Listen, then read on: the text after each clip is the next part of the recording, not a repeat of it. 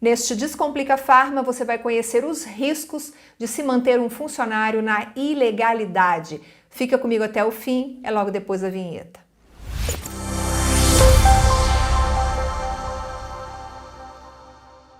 Olá, bem-vindo, bem-vinda ao canal da Farma Contábil no YouTube. Está no ar mais um Descomplica Pharma, o programa que tem como objetivo descomplicar o dia a dia da sua farmácia. Mas para isso eu preciso que você se inscreva no canal e ative o sininho das notificações. Dessa maneira você será notificado quando publicarmos um vídeo novo e o YouTube também vai entender que nós somos relevantes para você. Se você preferir, este conteúdo está disponível em formato podcast nas principais plataformas de áudio. É mais comum do que se pensa manter um funcionário na informalidade, mas, apesar de comum, essa prática é errada, arriscada e pode prejudicar seriamente a sua farmácia. Quem descomplica esse tema é Gabriel Fragoso, advogado especialista em legislação do trabalho. Gabriel, obrigada, viu, pela sua presença aqui no canal. Obrigado, estou à disposição.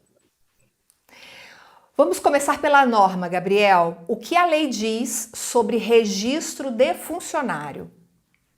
Então, como você colocou logo no início, é ilegal, né? Você manter um empregado sem carteira assinada. Ilegal quer dizer contra a lei. Existe um artigo na CLT, que é o artigo 29, que dispõe que todo empregado que tem os requisitos do vínculo empregatício, ele tem que ter a anotação do contrato de trabalho em carteira. Atualmente pode até ser por meio virtual, né? Digital. Atualmente, hoje, muitas empresas estão utilizando a modalidade de anotação carteira virtual. Então, assim, está bem claro isso na CLT com relação à obrigação de anotar a carteira de trabalho. Antes, um pouquinho da reforma trabalhista, essa anotação da carteira, o prazo era de 48 horas. Atualmente, pelo artigo 29, é de até 5 dias. Tá? Mas não que isso, com essa anotação, você só anote a carteira depois de 5 dias. Você começou a trabalhar, você já tem que anotar a carteira de trabalho. É isso que dispõe o artigo 29 da CLT.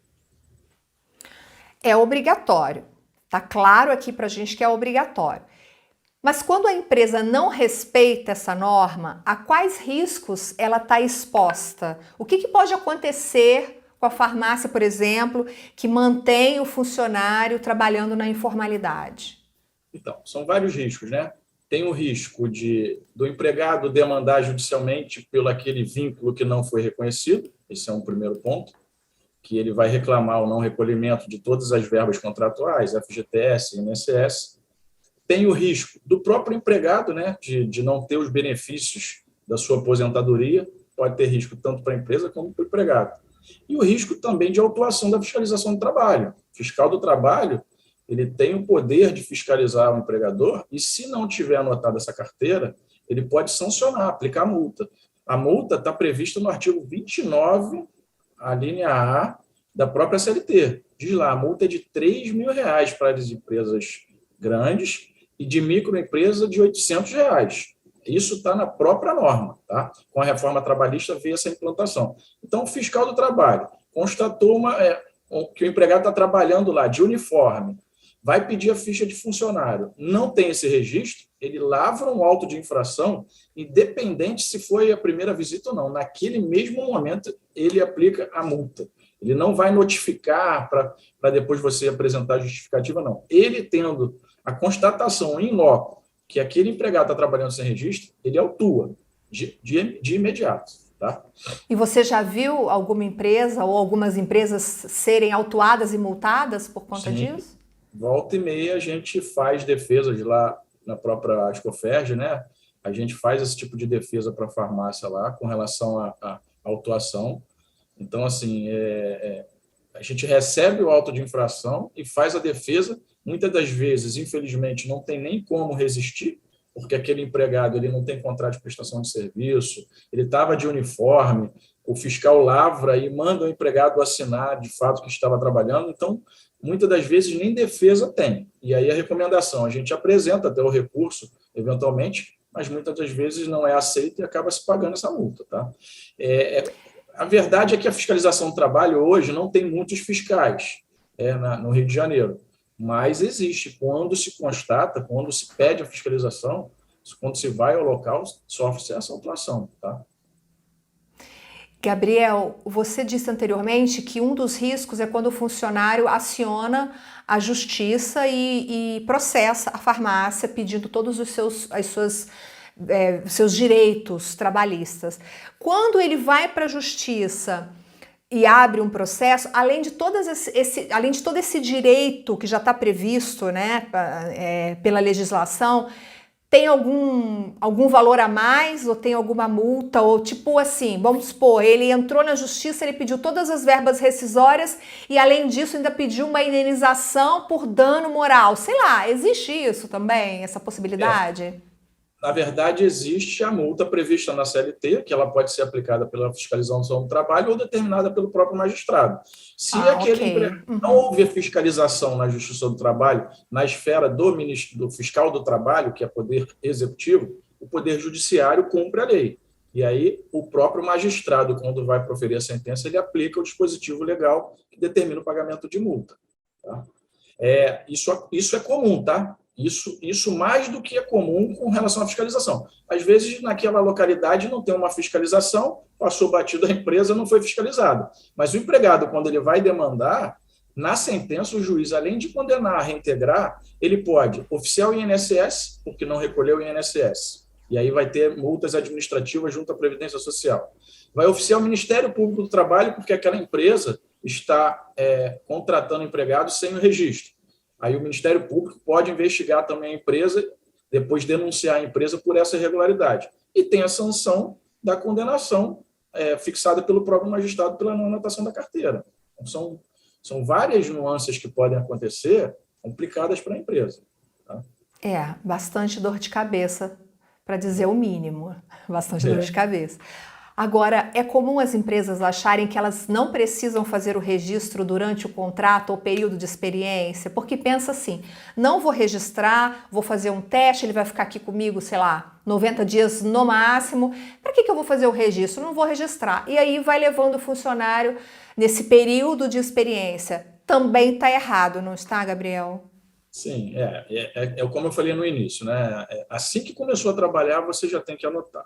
Tá? Eu não vejo motivo para você fazer uma experiência de 30 dias sem anotação que a empresa venha correr risco. São vários riscos que a empresa corre desse empregado não estando registrado.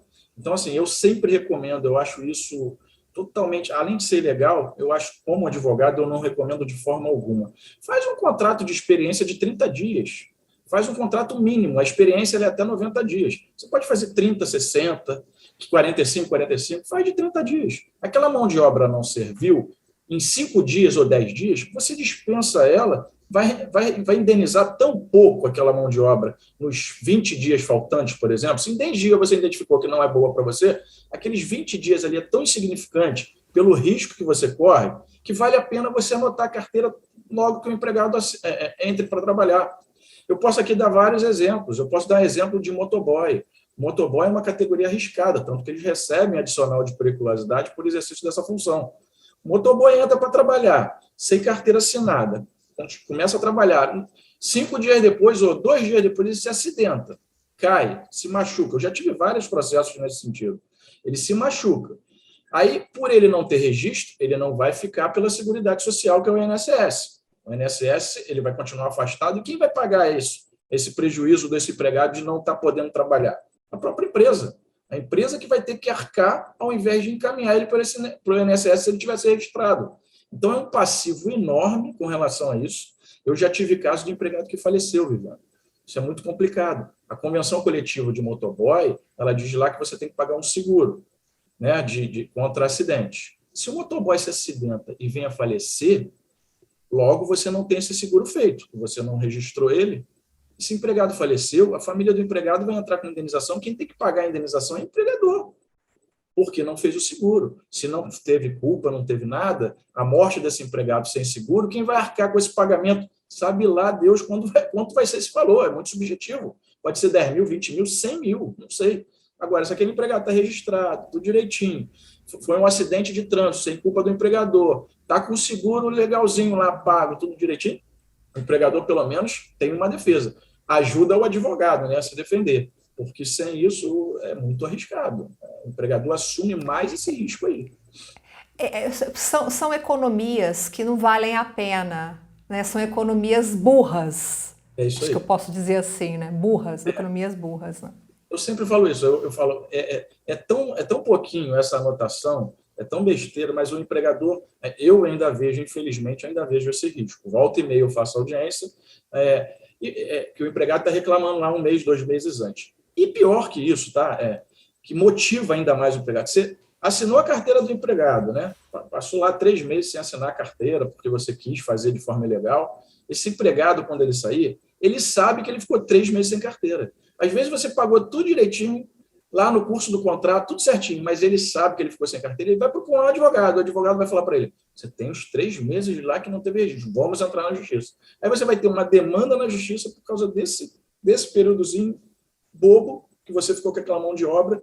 E assim, hoje, antigamente, ainda tinha um jeitinho, que também é ilegal, de você retroagir a anotação da carteira. O empregado serviu para mim. Eu estou trabalhando com ele 30 dias, eu vou retroagir a assinatura da carteira dele lá, da data que ele entrou. Isso não consegue mais fazer hoje. Hoje não consegue retroagir a assinatura da carteira. Então, de imediato, entrou para trabalhar, anota essa carteira, para não ter esse tipo de problema, para não assumir mais esse risco, não vale a pena. Gabriel, você mencionou o contrato de experiência, que o contrato pode ser feito em 30 dias, 45. Eu gravei um programa aqui com a Cristiane Borges, que é analista de DP da Farma Contábil, vou colocar o link aqui, já coloquei o link aqui para você, e a gente fala um pouco sobre isso. Foi um programa em que a Cris trouxe os 5 cuidados na hora de demitir um funcionário. E um desses cuidados é observar o prazo do contrato de experiência.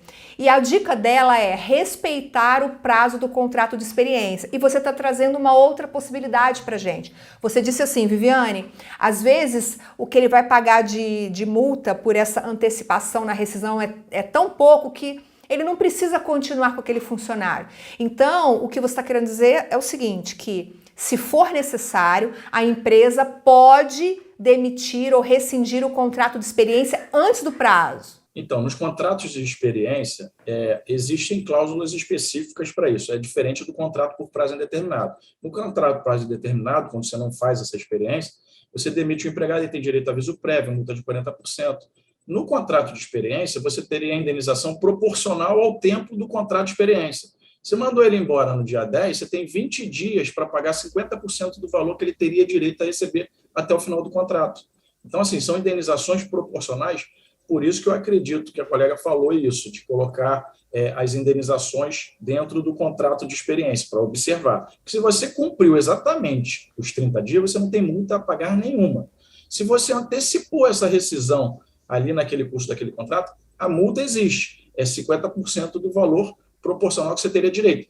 Mas isso é tão pouquinho, pelo risco que não vale a pena. O empregado, às vezes, se assusta, achando que vai ter que pagar muita indenização, às vezes, por isso, não registra o contrato de trabalho, e não é verdade. A multa é bem pouquinha, é proporcional ao tempo que ele trabalhou. Então, assim, é o direito dele de qualquer sorte. Se ele fosse demandar na justiça, ele teria direito de qualquer maneira. Então, por que não faz ali antes? Entendeu? Não teria sentido.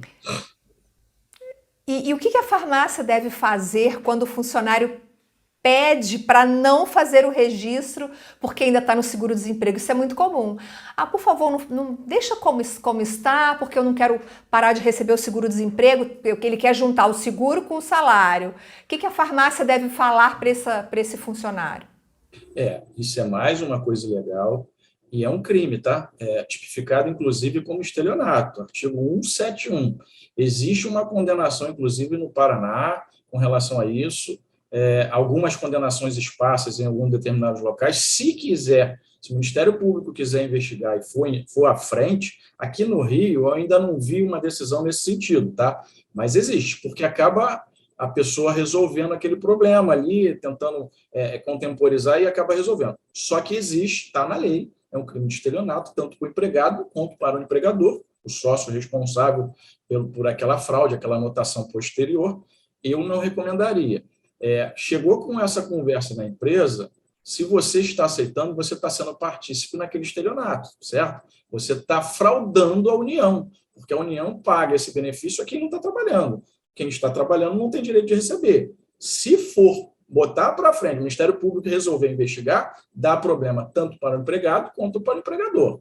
Não recomendo fazer isso. É o tal do jeitinho para ajudar o empregado, que esse empregado, depois, quando ele é demitido, ele não quer saber, ele vai processar o empregador. Ele vai reclamar contra o empregador, e a obrigação dele depois é devolver o que ele recebeu do seguro-desemprego, mas as multas, as sanções aplicadas são todas em favor da empresa. Então, a empresa acaba assumindo todo o passivo novamente, normal, e mais, eventualmente, a responsabilidade criminal pelo estelionato. Tá? Pessoas aposentadas por invalidez podem ser contratadas?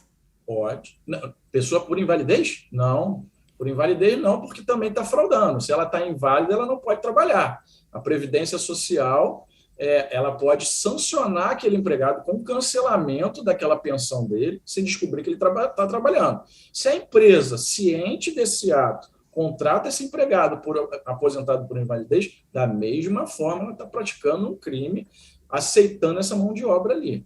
No início, quando você perguntou, eu entendi que empregado aposentado, mas quando você falou invalidez, não, invalidez não pode. Ele está inválido para o exercício do trabalho, por isso que ele está recebendo um benefício previdenciário. Logo, ele não pode trabalhar com carteira assinada e nem está trabalhando, na verdade, nem carteira assinada, nem nada. Mas então já vou até aproveitar para perguntar, pessoas aposentadas podem ser contratadas na carteira? Ela pode receber o salário da aposentadoria mais o salário pelo trabalho que ela está exercendo? Isso. Muito empregado, na verdade, fica chateado porque ele já está aposentado, mas mesmo aposentado, ele continua contribuindo para o INSS, porque a obrigação legal, quando você tem um registro, é fazer os recolhimentos previdenciários.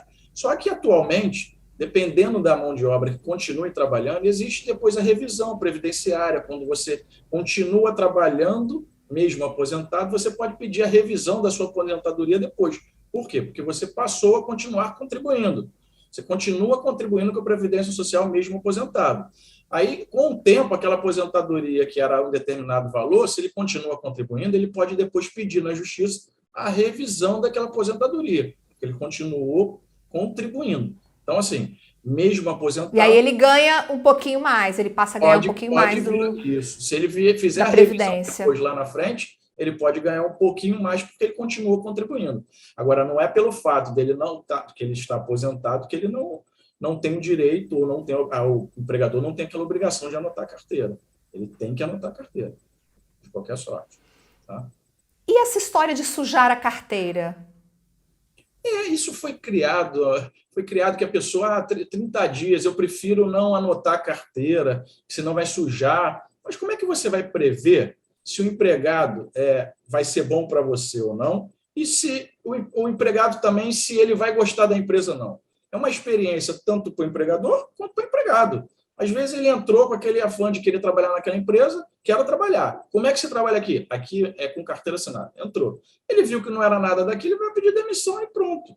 Hoje em dia não tem muito disso, criou-se muito essa situação. O empregador, na verdade, ele não pode, de forma nenhuma, lançar nada na carteira de trabalho, apenas o contrato de trabalho. Ele vai lançar na carteira de trabalho o contrato dele. Assim, essa questão de sujar a carteira, ele vai demandar na justiça. Se ele não trabalhou com carteira assinada, ele vai entrar na justiça e o direito dele vai ser reconhecido para anotar essa carteira. Isso vai sujar a carteira se ele está buscando anotação? Não. Isso é coisa que se criou lá atrás para se fazer essa fraude em não anotar. Hoje, com essas possibilidades, essas sanções, todas essas fiscalizações em cima, a gente, como advogado, nunca recomenda deixar o empregado sem anotação na carteira. Isso não é legal. Não traz benefício nenhum ao empregador fazer isso. Gabriel, qual é, então, a sua orientação final para a gente fechar aqui com chave de ouro a nossa conversa? A orientação final, assim, com relação à anotação de carteira, desde o início que começou a trabalhar, anote essa carteira.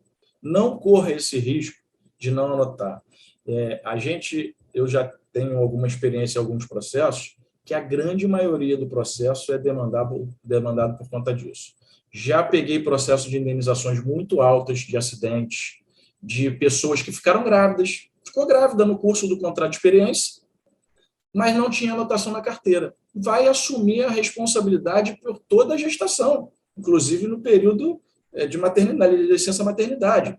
Então, assim, qual é a vantagem do empregador, do lado do empregador, em não anotar essa carteira? Nenhuma. Entrou, começou a trabalhar, anota essa carteira. Faz um contrato de 30 dias, pelo menos. Não precisa fazer de 45 ou de 90 direto, faz de 30 dias. Aquela mão de obra não serviu naquele período, dispensa, muito obrigado, meu amigo, vou correr atrás de outra, está aqui a sua indenização, porque ele, de qualquer sorte, teria direito àquela proporcionalidade que ele trabalhou. Então, não tem sentido o empregador não anotar essa carteira. Não tem motivo. Fora essas questões de multa, de ingresso na justiça, motivação para se ingressar na justiça. Não teria menor sentido. Entendeu? É isso, recado dado.